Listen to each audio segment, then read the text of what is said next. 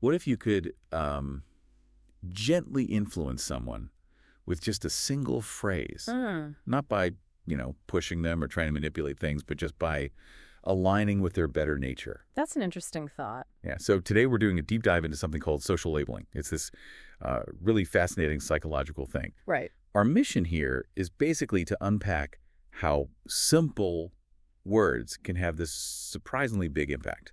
We'll look at a classic experiment, but then importantly, see how you can maybe use this idea, day to day, maybe even in negotiations. Exactly. And it's not just about knowing it happened in a lab somewhere. It's understanding the why behind it, how we're wired really, and what that actually means for you, how you can leverage it. Okay, let's pull back the curtain then. Mhm. There was a psychologist, Robert Kraut, back in 1973. He set up this really insightful experiment. Mm-hmm. He was curious if just a tiny verbal cue, like one sentence, could nudge people toward being more generous. Okay. So he went around asking people to donate to charity. Hmm. Pretty standard stuff, right? Yeah. Sounds normal. But here's the twist.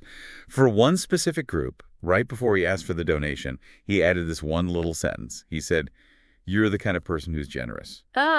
Okay. So he labeled them first. Exactly. And get this, the result. Those people, the ones who heard, "You're generous," What happened? they gave significantly more money. And they donated more often, too. Oh.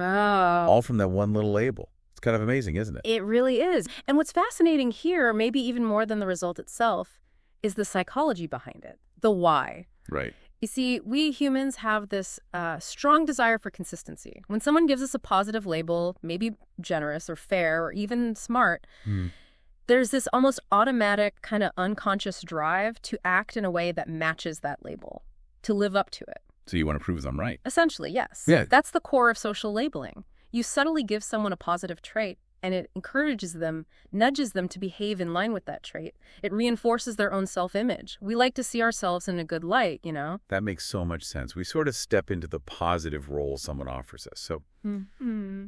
my mind is already jumping ahead. If it works for getting charity donations, Yeah.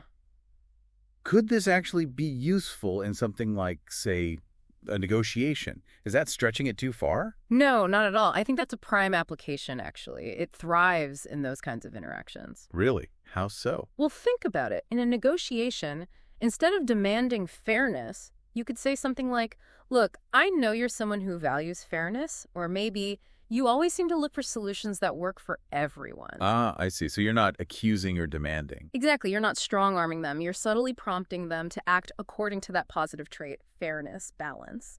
It's smart psychology, really. You're appealing to an aspiration they probably already have. Or want to have. Or want to have, right. You're basically setting a positive frame for the whole interaction. It makes it easier for them to meet you in that positive space, maybe without even fully realizing why they feel inclined to. Okay, but it can't just be empty flattery, can it? Does it have to feel genuine? Oh, absolutely. That's key. It needs to land as authentic, even if it's subtle. If the label feels totally insincere or just way off from how they see themselves, It'd backfire. it loses its power, yeah. Or could even backfire.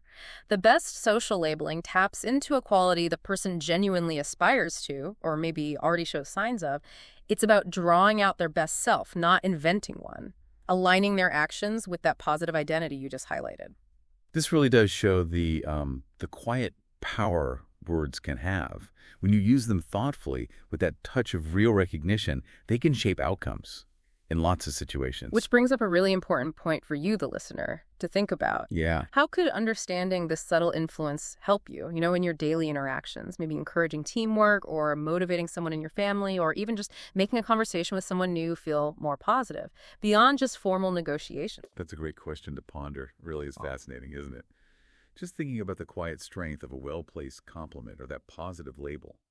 How it might shape not just a single interaction, but maybe even how people see themselves and act in the world around you.